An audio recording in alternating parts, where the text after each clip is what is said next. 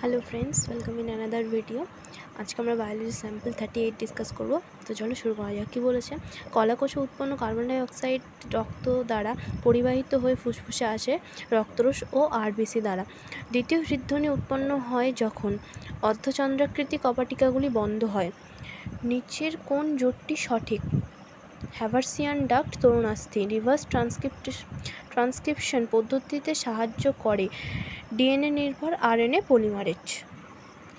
দ্বি-একক পর্দাবেষ্টিত কোষ অঙ্গাণু হলো plastid, nucleus, mitochondria. নিচের কোনটি সঠিক? মানুষের ত্বকের বর্ণের বংশগতি পলিজেনিক বংশগতি।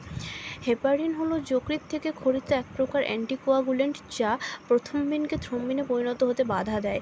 নিচের কোন ক্ষেত্রে বহির্ভ্রূণীয় পর্দা তার কাজের সঙ্গে সামঞ্জস্যপূর্ণ নয়? অ্যালান্টোইন ভ্রূণকে অনাক্রম্যতা প্রদান করে। হৃদস্পন্দনের পরিবহন পথ এসএ নোড, এভি নোড, হিজের বান্ডিল, পার্কিনজি তন্তু।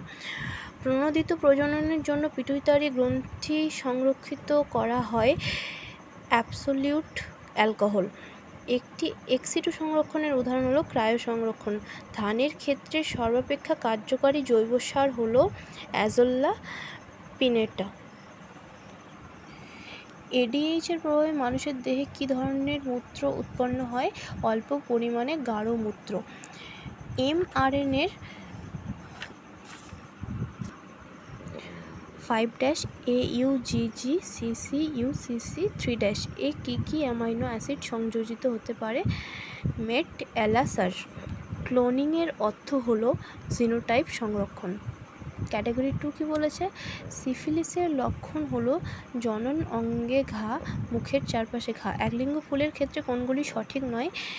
গেইটোনোগেমি হয় কিন্তু জেনোগেমি হয় না। অটোগ্যামি ও গেইনেটোগেমি উভয়ই ঘটে, গ্যাইনেটোগেমি ও জেনোগেমি উভয়ই ঘটে।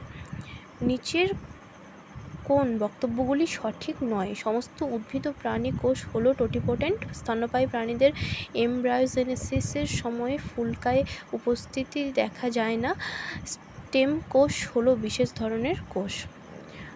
মুরগির ভূমধ্যসাগরীয় ব্রিডগুলি হলো মিনার্কা, অ্যানকোনা।